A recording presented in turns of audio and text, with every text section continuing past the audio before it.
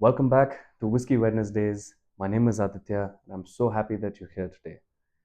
We are touching up on a pretty interesting topic today known as peat. Many of you may be wondering, a lot of people speaking about various styles of whiskeys. And in my regions of whiskeys, in the previous video, I actually emphasized on a particular island called Islay, Islay, not Islay, Islay, right? So Islay is the world's biggest peat producing region from Scotland, and we have very many brands that really come out of Islay. A few that I can name are Moet Hennessy's Ardbeg, Diageo's Lagavulin, Laphroaig, and Octomore, Bruichladdich, so on and so forth. But today I thought I must educate you guys about what exactly peat or what is the role of usage of peat during the whiskey making process. So without further ado, let me take you straight into it.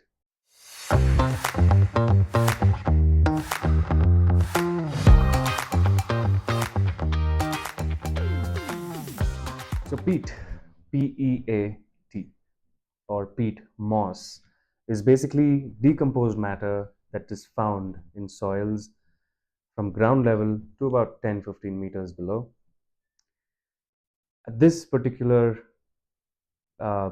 ingredient, you can call, is typically used in a lot of smoky whiskeys. A lot of you might have heard people saying, "Oh, this whiskey is smoky, this whiskey is not my type."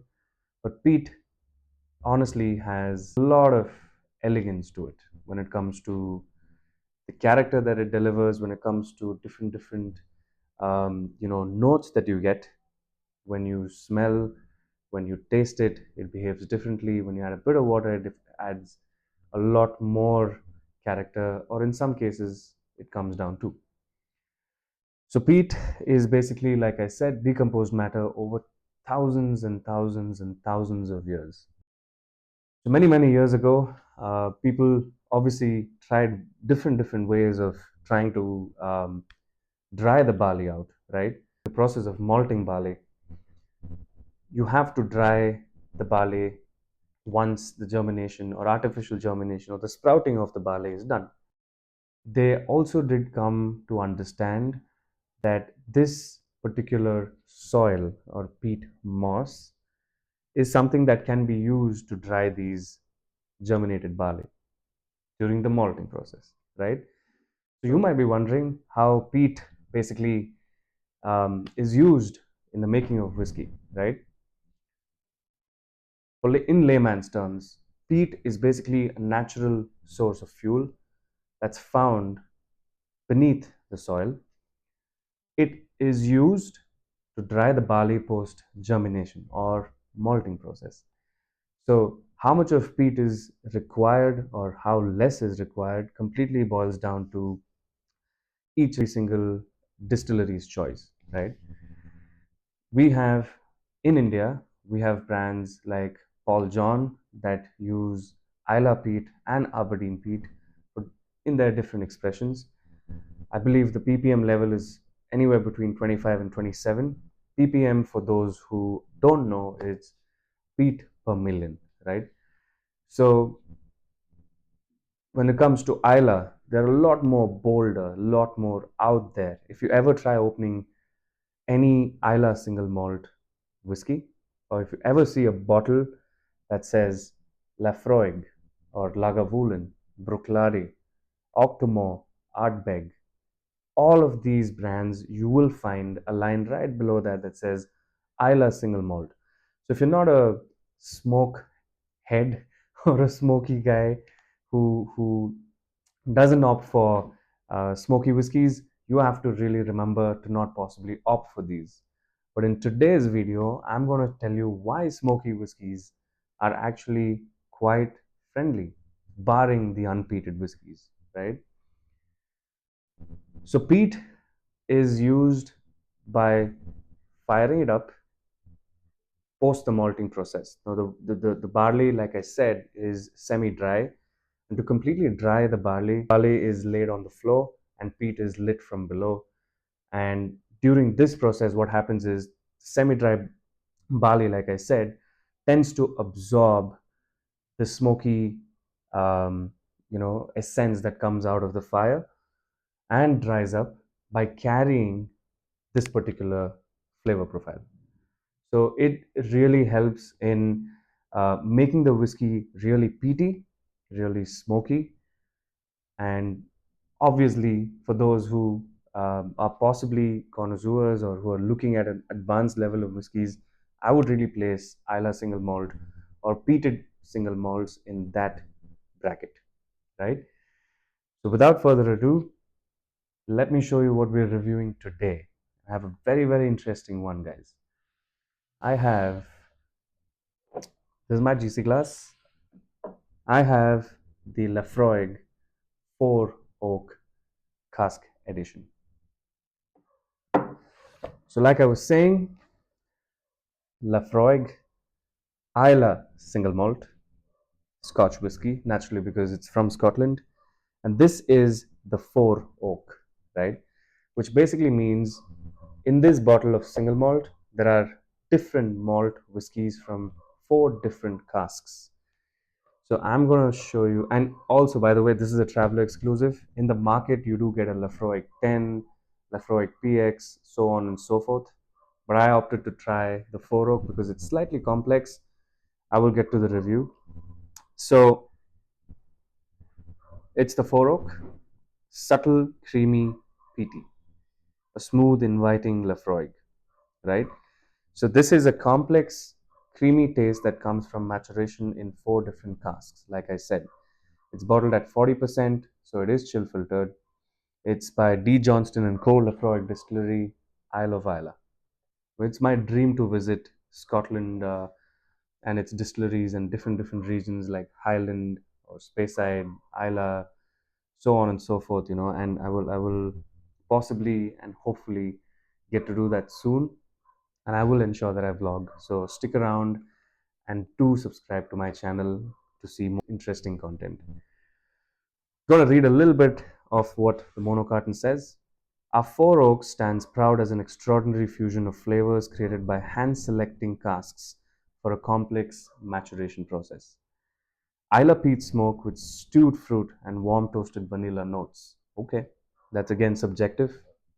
I'm going to get into tasting it. So we begin by maturing the liquid in ex-bourbon cask before carefully portioning out measures between quarter casks, Olorosso Sherry casks, and New American oak casks. For those virgin woods add a smoothness to the liquid. Once every portion is matured to perfection, we marry them together to create Laphroaig with a layer upon layer of wood notes. Wow. So I have spent quite some time with this whiskey before um, I'm able to do a review of this. And the first time I did try the Laphroaig 4 Oak was at one of my best friend's house, and I was pretty impressed, I would say.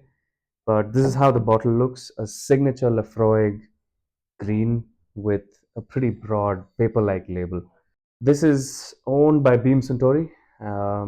Let's start by opening the cork. I'm going to give this a small pour. The cork is pretty okay. It's got a slight rubbery feel to it, man. Ooh, okay.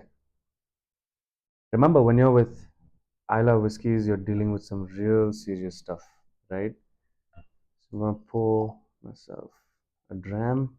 I'm gonna keep the bottle here. As always, like I said, guys, this guy comes with a bang, an absolute bang. Okay, so let's go for the nose. Okay, straight up, peat is right there. Okay, Laphroaig is known for its medicinal smoke, And by that I mean to say, for those who you can understand it like this. You guys know iodine, right? So when you smell iodine, it's got a very medicinal smell. So you will find a lot of that in the Laphroaig, rather than a bit of sweet smoke that comes from, say, a Lagavulin. There is a lot of vanilla from the ex-bourbon cask. I'm getting quite a little bit of the dry fruits. It's slightly nutty from the Oloroso. And there is a sweetness from the Oloroso. Okay, so Oloroso is a type of wine that comes and hails from Spain, the region of Jerez. I will take you guys through different sherry finish or different style of wine cask finishes in my upcoming videos. So stay tuned and don't forget to subscribe. By leaving it in the air, the interaction, I think it's sort of settled down slightly compared to to when I poured it. But it is sweet. It is pretty welcoming, I would say. It's not something that takes you aback. So there is a lot of vanilla. There is a lot of medicinal smoke I'm getting on this. It is nutty and pretty oaky too, I would say, from the virgin oak. Let's go for the palate, guys. Cheers.